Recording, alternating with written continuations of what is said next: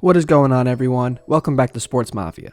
Today we are going to be talking about the 5 best NBA defenders of the 2000s. But before we get started, please click the icon in the bottom right corner of this video to subscribe to this channel. Once you've subscribed, please comment, "I subscribed," and we promise we will personally reply to your comment. Thank you, and let's get started. Number 5 is Shawn Marion. Despite his statistical case as the best non-center defender of the decade, the spring-loaded, long-limbed 6'7" forward never made a single all-defensive team. His career-long exclusion from that club was a gross oversight by voters predisposed to laud bigger stars with worse defensive credentials. We can't rectify a decade of voting malpractice, but we can say with certainty that Marion belongs here. First, the accessible stats. Marion led the league in total steals in both 2003-04 and 2006-07, ranking 3rd for the decade with 1,363 total thefts. He's also the only player to log at least 700 games during the span we're studying while posting at least a 2.5% block rate and a 2.5% steal rate. Put simply, it just wasn't safe for offensive players to possess the ball when Marion was in the vicinity. The likelihood of turnovers, rejections, and general embarrassment was high. With the 5th most defensive win shares in our sample and the ability to smother everyone from point guards to power forwards, Marion has to go down as one of the most underrated defenders in recent memory. It's almost as if he was penalized for coming of age with a Phoenix Suns franchise pigeonholed as an all-offense operation. In reality, the Suns were a mid-pack defense during Marion's best years. If not for him, the myth that Phoenix couldn't stop anyone would have actually been true. Number 4 is Andrei Kirilenko. In 2015, 538's Neil Payne, writing on some of the advanced metrics that emerged in the mid-2000s, summed it up like this. During his best years, you could count on one hand the number of NBA players who more positively influenced their team's performance than Kirilenko.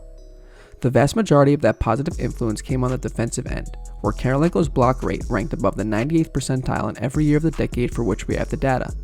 In steal rate, he was above the 89th percentile in 4 of the 6 years from that same sample.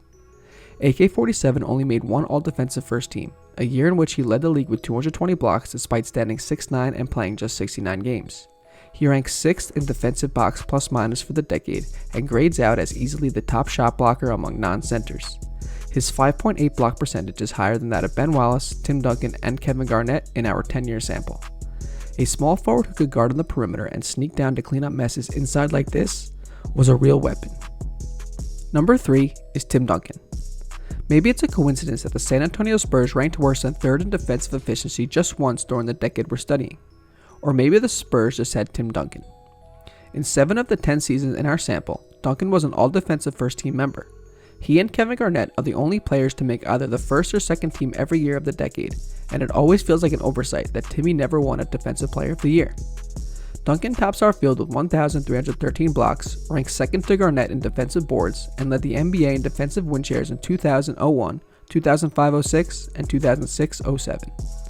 Though there are reels and reels showcasing Duncan's preternatural timing and textbook positioning, he admittedly failed to match Ben Wallace and Kevin Garnett in the highlight department. A perfect rotation that forces a miss just doesn't have the same punch as a skyscraping swat. But that's pretty much an on-brand for the most unassuming all-time great of the modern era. Duncan doesn't leap through the rafters. He jumped exactly as high as he needed to.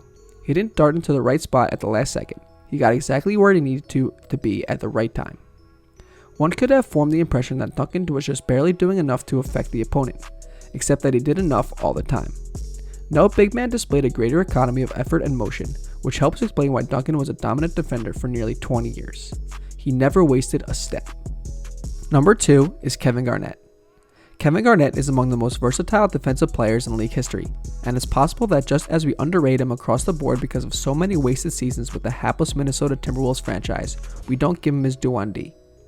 The 2007-08 Defensive Player of the Year is the only player other than Ben Wallace with at least 1,000 steals and 1,000 blocks for the decade, and he's well clear of the field with 7,257 defensive rebounds. That last one shouldn't be a surprise since Garnett is the NBA's all-time leader in defensive boards. Considering no defensive possession is complete until the ball is secure, all those rebounds mattered.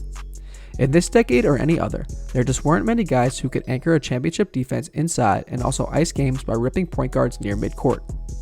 At his very best, KG was a fearsome shot blocker who could get down into a stance and slide his feet with the high-scoring guards and wings. Think peak Draymond Green with more length and athleticism. And number 1 is Ben Wallace. Generously listed at 6'9", the impossibly energetic Ben Wallace racked up 4 of the 10 Defensive Player of the Year awards available in the 2000s. The decade's leader in stocks by a ridiculous margin, Wallace combined active hands, quick leaping, and brute strength while putting together arguably the best 5-year run of defense the league had seen since Bill Russell. Wallace's 4 Defensive Player of the Years all came in span between 2001-02 and 2005-06, but don't let that lead you to think he lacked value outside his peak. According to NBA Math, Wallace owns 7 of the top 11 individual seasons in defensive points saved for the decade. In the sample we're studying, he ranks first among players at any position in defensive box plus-minus and second in defensive win shares. The athleticism and competitive edge were undeniable, but the undrafted big man doesn't get enough credit for his ability to quickly scan the floor and diagnose potential threats in need of neutralization. We talk all the time about a great offensive player's court vision, but Wallace had it on the other end. He materialized so suddenly and forcefully as a help-side shot blocker that his anticipation seemed to border on clairvoyance. You need one of those old Chuck Norris jokes to help you do his defense justice. If you can see Ben Wallace, he can see you. If you cannot see Ben Wallace, you may be only seconds away from getting what you thought was a clean layup swatted into the second deck. That's it for today's Sports Mafia video. Thank you for watching. If you like this video and want to see more Sports Mafia content, click the circle subscribe button so you never miss a single video. Hope you enjoyed.